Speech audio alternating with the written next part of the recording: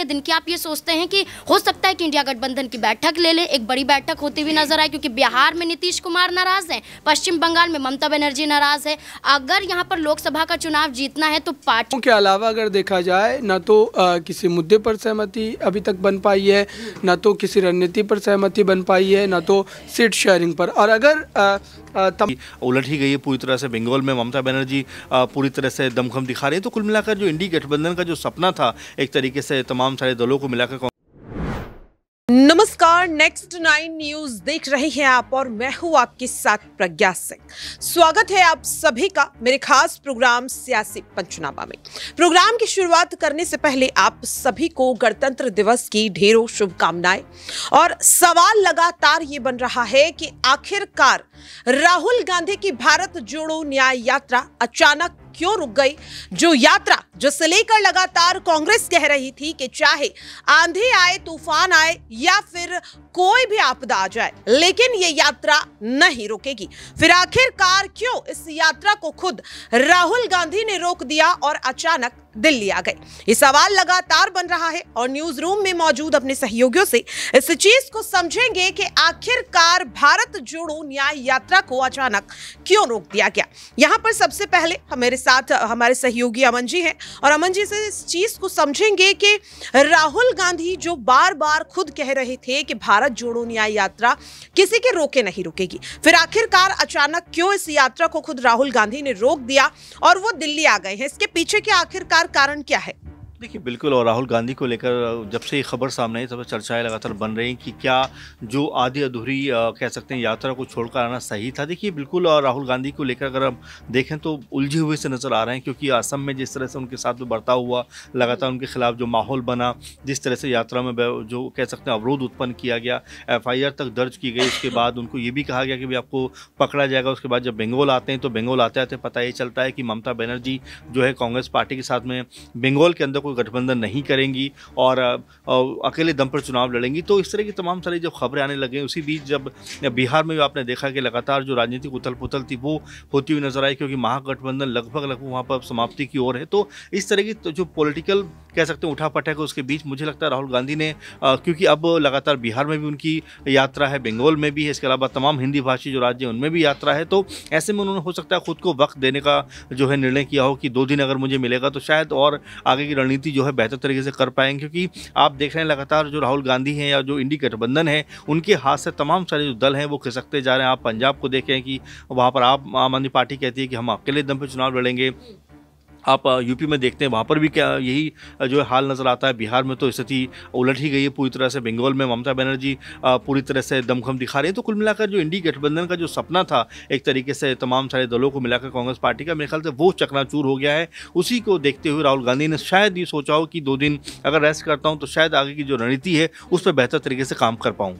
वाकई में देखिए, अब यहाँ पर उनका कहना है कि शायद राहुल गांधी को कोई रणनीति बनानी है, लेकिन कहा तो यह भी जा रहा है कि 25 जनवरी और 26 जनवरी को भारत जोड़ो न्याय यात्रा के लिए जो रोकने का फैसला है वो पहले ही लिया जा चुका था। तो क्या यहाँ पर राहुल गांधी कोई बड़ी तैयारी करते हुए नजर आ रहे हैं? इन 2 दिनों में आखिरकार भारत जोड़ो न्याय यात्रा को रोकने के बाद क्या अहम फैसला दिल्ली में यहाँ पर लिया जा सकता है? यहाँ पर नाजमीन है और नाजमीन से इस चीज को समझेंगे। नाजमीन, कहा जा रहा है कि यात्रा को रोकने का फैसला पहले ही लिया जा चुका था। क्या लग रहा है आखिरकार दिल्ली में क्या बड़ी बातें जो है हो सकती हैं? क्या लोकसभा चुनाव से इसका कोई कनेक्शन यहां पर हो सकता है? देखिए, जब राम मंदिर का उद्घाटन था तो उस दौरान भी ये देखा गया था कि सबकी नज़र उधर ही होगी। तो अयोध्या में जब सबको बुलाया जा रहा है और देखा जाए तो यहाँ पर ये भी आरोप लगाए गए थे विपक्षी पार्टियों की तरफ से, खासकर कांग्रेस पार्टी की तरफ से, कि जानबूझकर राहुल गांधी की यात्रा में खलल डालने का काम किया जा रहा है। जब देखा जा रहा था कि असम में मौजूद थे, एक मंदिर में जाने की बात करते हुए नजर आ रहे थे, वहाँ पर रोका जा रहा था। तो कोई बड़ी बात नहीं है कि इस बार भी यात्रा यहाँ पर राहुल गांधी ने रोकी है। यहाँ पर सुरक्षा के लिहाजे से कई कारण हो सकते हैं, जैसे कि आपने खुद ही बताया कि आज गणतंत्र दिवस है और आज अगर यात्रा रोकी जाती है तो कोई बड़ी बात नहीं है, और दिल्ली आकर अगर शांति से बैठा जाता है तो मंथन कर पाएंगे कि आखिरकार हमारी यात्रा में क्यों इतनी लाठीचार्ज करने की बात की जाती है, क्यों हमले किए जाते हैं, क्यों इंडिया गठबंधन में फूट पड़ती हुई नजर आती है। आप ये भी देख सकते हैं कि ये 2 दिन का विराम लिया है। आज 26 जनवरी, आज वो कुछ करते हुए नजर नहीं आएंगे यहाँ पर। उसके अगर 27 तारीख की बात करें, अगले दिन की, आप ये सोचते हैं कि हो सकता है कि इंडिया गठबंधन की बैठक ले लें, एक बड़ी बैठक होती हुई नजर आए, क्योंकि बिहार में नीतीश कुमार नाराज हैं, पश्चिम बंगाल में ममता बनर्जी नाराज है। अगर यहाँ पर लोकसभा का चुनाव जीतना है तो पार्टियां टूटती हुई नजर आएंगी, तो वो तो चाहेंगे नहीं। तो हो सकता है कि राहुल गांधी कोई ना कोई यहाँ पर विचार विमर्श करते हुए नजर आए कि कैसे इंडिया गठबंधन को एक कर लिया जाए, या खासकर क्योंकि 28 जनवरी की बात करें तो खुद यहाँ पर राहुल गांधी फिर से पश्चिम बंगाल से यात्रा शुरू करेंगे, तो ममता बनर्जी को कैसे साध सकें ये भी कोशिश करते हुए नजर आ सकते। वाकई में देखिए, और यहाँ पर सवाल लगातार ये भी बन रहा है कि राहुल गांधी के यूं आनन फानन में दिल्ली आने के पीछे की वजह नीतीश कुमार तो नहीं है, क्योंकि नीतीश कुमार को लेकर कल जिस तरह से बिहार में सरगर्मी बढ़ती हुई नजर आई, लगभग माना जाने लगा कि वो शायद इंडिया गठबंधन को बड़ा झटका दे सकते हैं। और ऐसे में क्या राहुल गांधी अब मोर्चा खुद इंडिया गठबंधन का यहाँ पर संभालने के लिए दिल्ली आए हैं? अबरार है मेरे साथ और अबरार से इस चीज को समझेंगे। अबरार, क्या लग रहा है दिल्ली आने के पीछे की वजह क्या हो सकती है? क्या राहुल गांधी एक बार फिर से इंडिया गठबंधन की कमान अपने हाथों में लेते हुए नजर आ रहे हैं? जिस तरीके से ममता बनर्जी की नाराजगी देखने के लिए मिली, अखिलेश यादव सीट शेयरिंग को लेकर भी कुछ यहां पर कंफर्म करते हुए नजर नहीं आ रहे हैं, और अब ऐसे में नीतीश कुमार को लेकर कल जिस तरीके के तमाम दावे किए गए, आपको क्या लग रहा है राहुल गांधी के दिल्ली आने के पीछे का असली कारण क्या हो सकता है? देखिए, जहाँ तक कमान संभालने का सवाल है तो मुझे लगता है कि कमान संभालने जैसी चीज़ इंडिया गठबंधन में अभी तक तो है ही नहीं, क्योंकि मात्र बैठकों के अलावा अगर देखा जाए ना तो किसी मुद्दे पर सहमति अभी तक बन पाई है, ना तो किसी रणनीति पर सहमति बन पाई है, ना तो सीट शेयरिंग पर। और अगर तमाम बातें हो भी जाती है उसके बावजूद भी हो सकता है कि चुनाव से एक हफ्ते पहले ही जो है कोई राजनीतिक दल अलग हो जाए।